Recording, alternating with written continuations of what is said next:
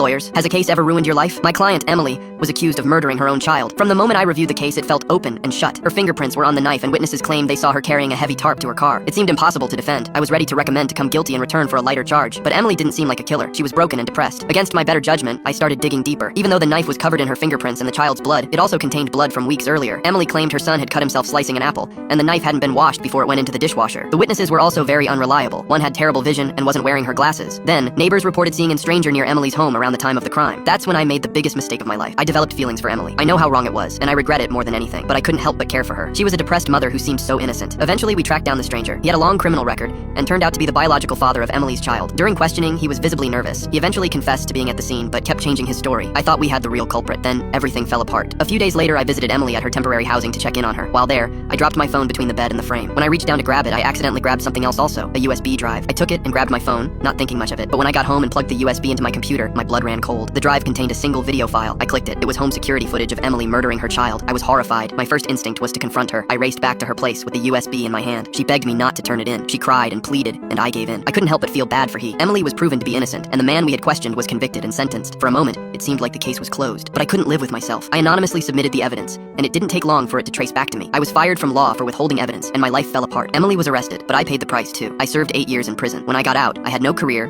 no friends, and no family willing to stand by me. Was I in the wrong?